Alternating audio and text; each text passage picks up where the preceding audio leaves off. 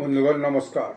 প্রথমে অনুরোধ করব আপনারা আমার চ্যানেলটি সাবস্ক্রাইব করবেন, ভিডিওটি লাইক করবেন। ইউরোপিয়ান ইউনিয়নের সবচেয়ে বড় দেশগুলোর মধ্যে একটা ফ্রান্স, শক্তির দিক থেকেও অর্থের দিক থেকেও। তার যিনি প্রেসিডেন্ট ইমানুয়েল ম্যাক্রন হঠাৎ করে সিরিয়া যেয়ে পৌঁছে গেছেন।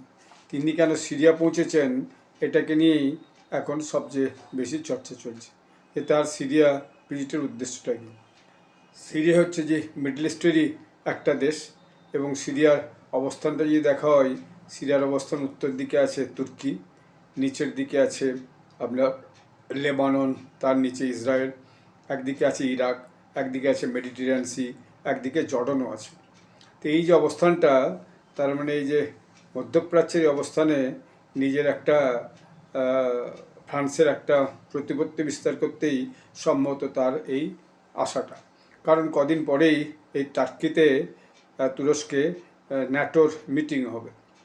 এর বাইরে তিনি আসার পর যেটা বলেছেন সেটা হচ্ছে, আমি এই অঞ্চলে একটা স্থিরতা, স্থায়িত্ব এবং শান্তি প্রতিষ্ঠা করার জন্যই আমি এখানে এসেছি। এখন সিরিয়ার ইতিহাসটা হচ্ছে, দীর্ঘদিন ধরে সিরিয়া গৃহযুদ্ধের দীর্ণ ছিল। এর আগে যিনি প্রশাসক ছিলেন তিনি হচ্ছেন আসাদ। আসাদ যে আসাদ এখন যিনি এসেছেন তিনি হচ্ছেন আহমেদ আল সারা। তো আসাদ তিনি মূলত রাশিয়ার সমর্থনে এই দীর্ঘদিন ক্ষমতায় ছিলেন। তারপরে গত 24 সালে এই যে আল কায়দা কমান্ডার আসাদ আল সারা তিনি ক্ষমতায় এসেছেন এবং তিনি প্রেসিডেন্ট এসেছেন। এবং ক্ষমতা আসার পরেও দীর্ঘ সময় সিরিয়াতে একটা অশান্তি চলেছিল। প্রথম তো হচ্ছে যারা আসাদ বাহিনী ছিল, সে আসাদ বাহিনী তার যে মিলিটারিরা ছিল, সৈন্য সামন্ত ছিল, তারা যারা থেকে গেছিলো, পালাতে পারেনি, তাদের নির্বিচারে তাদের হচ্ছে যে তাদের উপর অত্যাচার করা হয়েছে বা হত্যা করা হয়েছে বলা হয়। এরপরে যারা আসাদের সমর্থনের জনসমর্থন ছিল, জনগণ ছিল, তাদের উপর একটা ভয়ানক অত্যাচার করা হয়। গত বছর দেখা যায় 2025 সালেও দেখা গেছে যে আসাদ সারার বাহিনী, আহমেদ আল সারার বাহিনী, ওখানে যে আরও বিভিন্ন কমিউনিটি আছে, সেখানে হচ্ছে একটা হচ্ছে দ্রুজ কমিউনিটি আছে এবং কুর্দ কমিউনিটি আছে।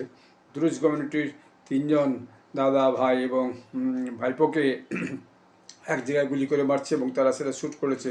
সেটা সোশ্যাল মিডিয়াতে ভীষণভাবে প্রচার হয়েছিল এবং সেটা নিয়ে সারা পৃথিবীতে একটা নিন্দাও কিন্তু হয়েছিল। এখন এই যে সিরিয়াতে যে ভয়ানক গৃহযুদ্ধ চলেছিল, সেটা প্রায় 13 বছর ধরে চলেছিল। এই 13 বছর গৃহযুদ্ধের অবসানে যখন ওই আসাদ আল সাইবানি তিনি দেশ ছেড়ে পালিয়ে যেতে বাধ্য হন, তারপরে গৃহযুদ্ধ খানিকটা থেমেছে বলে যায়, কিন্তু কম বেশি ছুটখাট লিখেও আছে। এর বাইরে দ্রুজদা বাদ দিয়েও কুর্দরা আছে যে উত্তর সিরিয়াতে কুর্দরা আছে, এবং তারা আবার কুর্দিস্তান দাবি করে বসেছে। এবং কিছু একটা কুর্দদের বড় একটা কমিউনিটি তুরস্কেও আছে, যেহেতু উত্তর দিকটা তুরস্ক, সেখানেও আছে।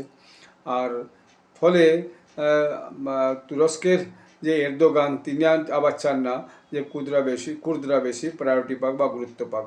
ফলে তারা যদি কুর্দিস্তান দাবি করে, তখন সিরিয়ার খানিকটা অংশ এবং যে আপনার তুর্কির খানিকটা অংশ নিয়ে সেটা তাদের দাবি।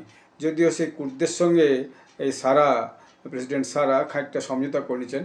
তাদের বড় বড় যে মিলিটারি জেনারেল ছিলেন, তাদের যে গোষ্ঠী ছিল, তাদেরকে তিনি ইয়েতে সুযোগ করে দিয়েছেন, সরকারি পদে সুযোগ করে দিয়েছেন। এর বাইরে তাদের জন্য কিছু স্বাধীনতাও চালু করেছেন, শিক্ষা এবং অন্যান্য কিছু সুযোগ সুবিধা তাদেরকে দিয়েছেন।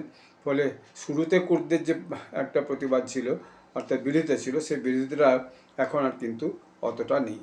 এখন যে বক্তব্যটা ম্যাক্রন এসে বললেন, তারপরে যখন দেখা যাচ্ছে যে আসলে তার উদ্দেশ্যটা কি, তার যা সঙ্গে যে সঙ্গী সাথীরা এসছে তাই দিয়ে বোঝা যাচ্ছে।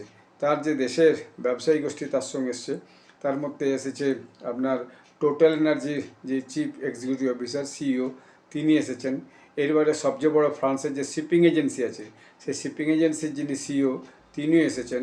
তার মানে পরিষ্কার বোঝা যাচ্ছে তার আসল উদ্দেশ্যটা হচ্ছে ওখানে এসে সিরিয়াতে যদি তৈল উত্তোলন করা যায়, তাহলে পরে সেটা ফ্রান্সের কাছে একটা লাভজনক পরিস্থিতি হবে এবং একটা বড় ব্যবসার সুযোগ খুলে যাবে।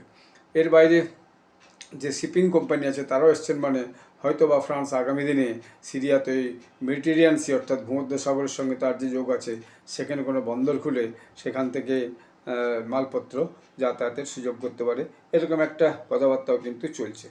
তারপরে আরেকটা কথা তিনি বলছেন যে আমি সিরিয়াতে রিকনস্ট্রাকশনের জন্য, রিকনস্ট্রাকশন মানে যেহেতু দীর্ঘদিন এই যে গৃহযুদ্ধে দীর্ণ ছিল দেশটা, ফলে সেখানে অনেক ধ্বংসাবশেষ হয়েছে, রাস্তাঘাট বলুন বা আপনার বাড়িঘর বলুন হচ্ছে। তাহলে রিকনস্ট্রাকশন যদি হয় তাহলে সেখানে ফ্রান্সের কোম্পানিগুলো অনেক কাজ পাবে, ফলে সেই কাজ থেকে ফ্রান্সের একটা বড় অঙ্কের টাকা লাভ হবে।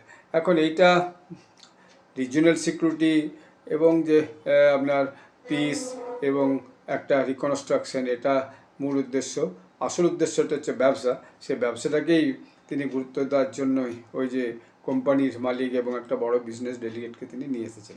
যদিও তাকে এয়ারপোর্টে যে প্রেসিডেন্ট আলসারা তিনি যাননি রিসিভ করতে গেছিলেন সিরিয়ার বিদেশমন্ত্রী। তো বিদেশমন্ত্রী রিসিভ করতে যাওয়ার জন্য অবশ্যই সেখানে তার খানিকটা প্রোফাইলের ঘাটতি হয়েছে। তিনি গেছিলেন আপনার ওই দামাস্কাস এয়ারপোর্টে তাকে রিসিভ করতে। ফলে আগামী দিনে এই সম্পর্কটা কোথায় গিয়ে পৌঁছায়, তুর্কি বা এটাকে কীভাবে নেয়, আমেরিকায় বা এটা কীভাবে নেয়, সেটাও দেখার বিষয় আছে। কারণ আমেরিকা চেয়েছিল যে এই যে আলসারাকে দিয়ে তিনি হচ্ছে যে লেবাননে যে হিজবুল্লাহ সমস্যা, সেই হিজবুল্লাহ সমস্যাটাকে তিনি সমাধান করবেন।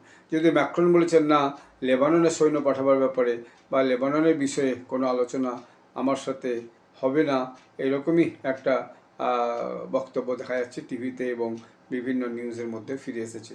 তো সত্যি কী এক্স্যাক্টলি কী বিষয়গুলো হয়, আরও দিন যত এগোবে, আজকাল পরশুর মধ্যে যতদিন তিনি থাকবেন 2-3 দিন, তার মধ্যে কী চুক্তি হয় তার উপর দেখা যাবে যে তিনি আসলে কি চাইছেন এক্স্যাক্টলি, আর ওখান থেকে তিনি কি লাভ পাওয়ার জন্যই আসলে সিরিয়াতে এসে পৌঁছেছেন। অবশ্যই ব্যবসা এবং তেল একটা মস্ত বড় কারণ বলে সবাই অনুমান করছে। আপনারা সবাই ভালো থাকবেন, ধন্যবাদ।